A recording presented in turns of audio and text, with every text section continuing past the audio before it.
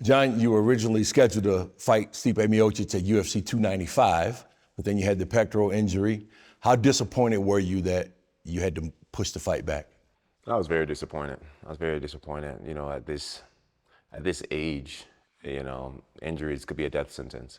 But I have a very strong support base right away. My coaches were very positive, very optimistic about a healthy return, and I had just really great trainers around me.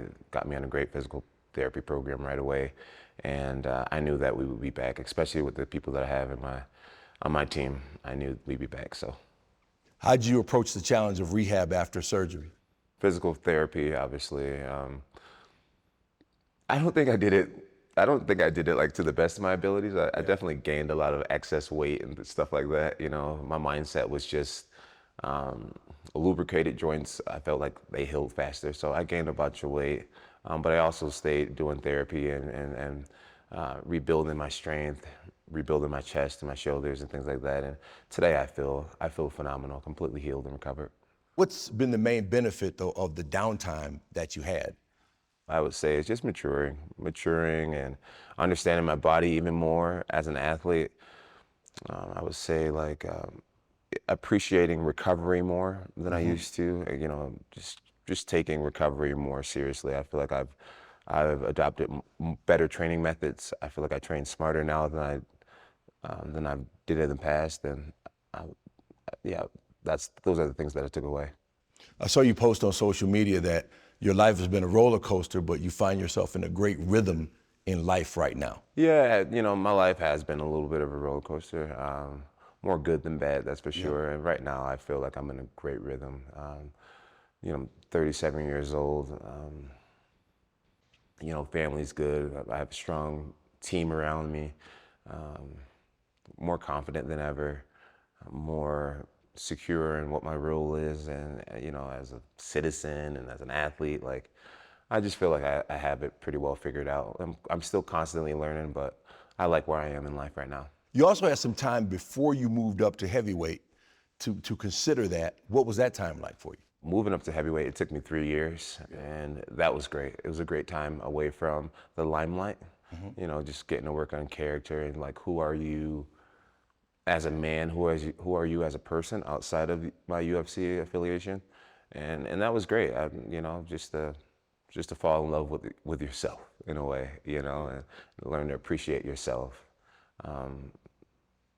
Really, really beautiful time. Really beautiful time for me. I got to gain weight slowly and not feel rushed and be able to kind of compete on your own terms, and that's a great feeling for any athlete. What made you decide that you didn't want to just continue dominating light heavyweight forever, that you wanted to move up?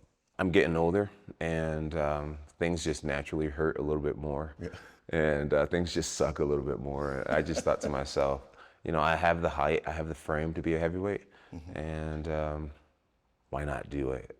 So, and another thing, I felt like my fights at light heavyweight were getting closer, and I didn't really have too many really big names in the future to look forward to. I thought the big paydays that I had always dreamt about and the higher level of competition would be at heavyweight, and so now we're here. So besides the weight, what's the biggest difference between Jon Jones, the light heavyweight, and Jon Jones, the heavyweight? I would say my punching power has grown tremendously. My awareness in the cage is at an all-time high. I've been doing mixed martial arts now for, I don't know, maybe close to 15 years. And I feel like a 15-year student. I just really know what I'm doing now at this point, and it feels good. Were there ever any moments of doubt that this might not work out? It might not be as simple as it was at light heavyweight? No, I never had any doubts that I couldn't compete as a heavyweight. I trained against heavyweight for the majority of my career, and I've always done well. I've always been a little bit faster, and I feel like I'm equally as strong. And my coach, Greg Jackson, he always told me, he said, "Jon, you're gonna have a much easier time as a heavyweight than light heavyweights." Now, why did he think so? Typically, a lot of heavyweights don't train as hard as the lighter guys, and they try to pace themselves. They try to, manage their energy sources and things like that, where the lighter guys, they come ripped and ready to go 25 minutes every time. So, you know, and even though I've gained weight, I still have the mentality and the mindset of a light heavyweight. You know, I like to be in great shape. I like to feel fast. I like to be very versatile. And I think that's what makes me different than a lot of the guys in the heavyweight division. Then you go in and you beat Ciryl Gane. What was your reaction to actually doing it? Yeah, beating Ciryl Gane was an amazing memory and experience. I remember one of the first major feelings I had was a little bit of disappointment. You know, I remember sitting on top of the cage, celebrating my victory, taking a deep breath and thinking, man, that was fast. That was fast. It was 3 years leading up to that. A lot of prayer, a lot of meditation, a lot of teamwork. And for it to be over in 2 minutes and 4 seconds, I kind of felt robbed in a way. Yeah. But next emotion I felt was just gratefulness that I didn't get hurt and that I did my job, what I came to do, and did it flawlessly. So mixed emotions, bittersweet.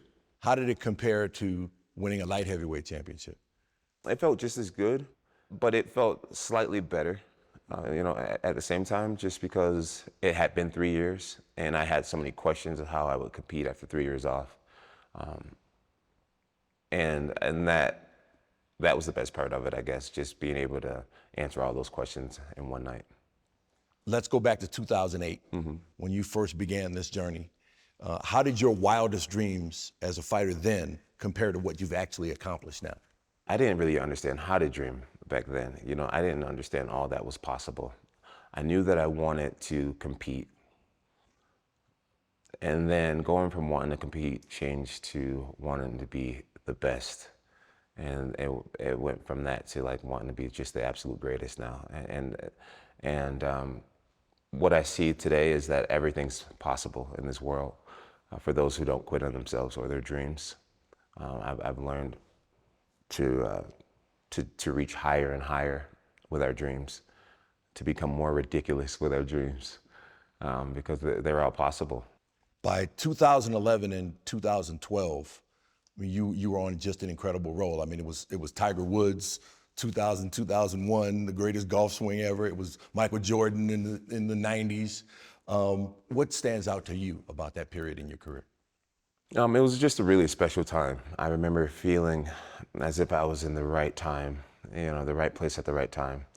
I believe that combat is a lot about timing. And, you know, you can get two fighters together 1 year and a fight will go this way, and 2 years later it can be a completely different performance. And I believe that I joined the UFC at a magnificent time. The light heavyweight division was just stacked with celebrities and superstars. Some made in the UFC, some made before the UFC in Pride. And you know, the team that I had at the time, I felt like we were just a little bit more advanced than the sport. Between my wrestling being so fresh right out of college and having a coach in Greg Jackson who was just a real thinker, I had the perfect storm. When you look back now, which fights do you see as the defining ones in your career? If you had to pick two. Two defining moments in my career, I would say, was when I beat Stephen Bonner. I believe that was my second fight in the UFC, which was a pretty big increase to go to Stephen Bonner after Andre Guzmão. Stephen was in the Ultimate Fighter finale. He was very famous. Him and Forrest Griffin had a legendary fight that brought up tons of new fans to the UFC, and it was the first time I competed against someone that everyone in my hometown knew who he was. Okay. And so I had to deal with a lot of doubt and from my surroundings. People just saying, "Who do you think you are to even be in the UFC?" And no way in hell he's going to beat Stephen Bonner and things like that. And I had to really get into psychology at that point in my career, realizing that a normal kid from a small town could do extraordinary things. And sure enough, I faced Stephen Bonner and I ended up dominating him. And the night that I had going back to my hotel room, I realized that I could compete with UFC fighters.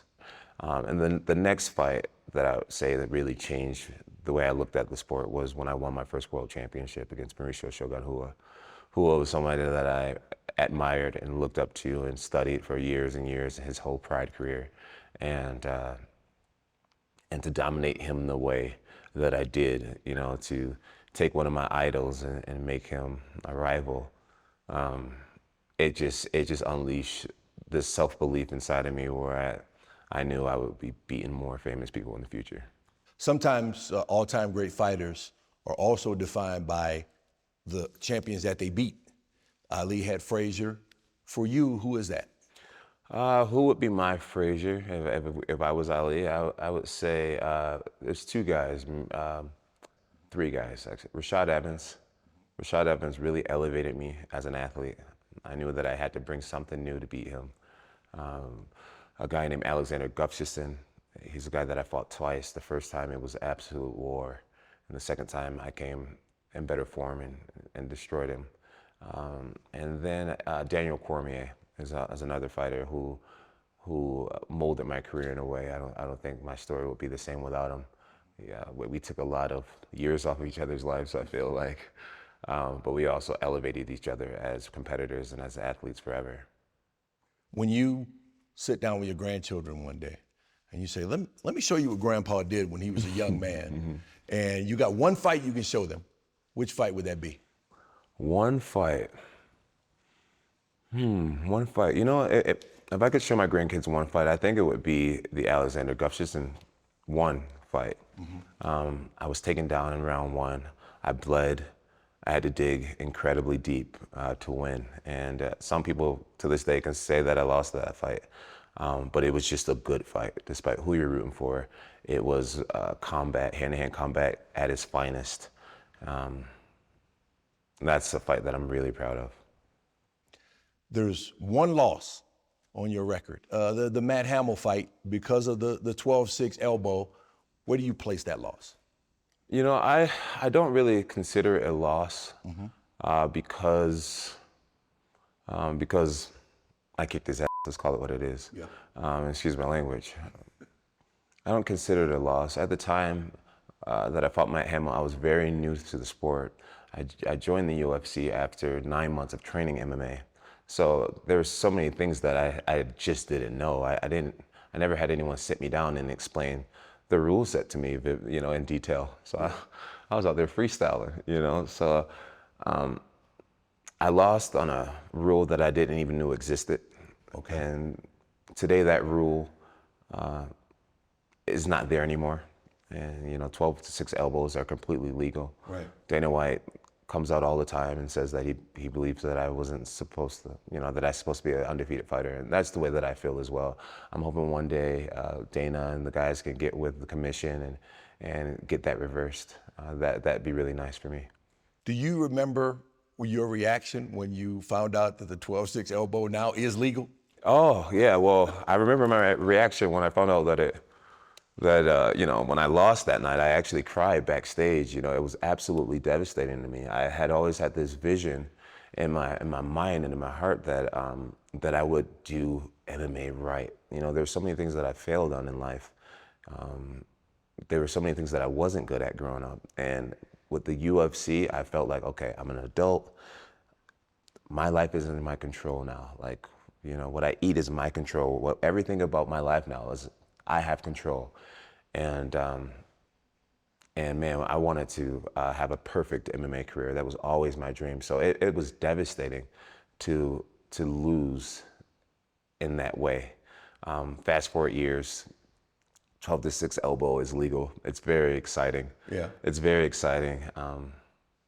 To get that reversed would be very exciting. But now I'm embracing the 12-6 elbow. I train it constantly. I'm excited to possibly be one of the first athletes to use it in the arena now that it's legal. Yeah. And be one of the few athletes to lose to it, right? So it's kind of a interesting thing. I mean, if I can get a knockout with the 12-6 elbow, that'd be really, really sweet. Would you feel like that would be justification? Yeah, that would be in some weird way. Yeah. In some weird way, just for everything to come full circle with that loss and the way that I finish. Yeah, it'd be great. You mentioned Dana White's support. What has that meant? The fact that he's been outspoken in saying that should be corrected.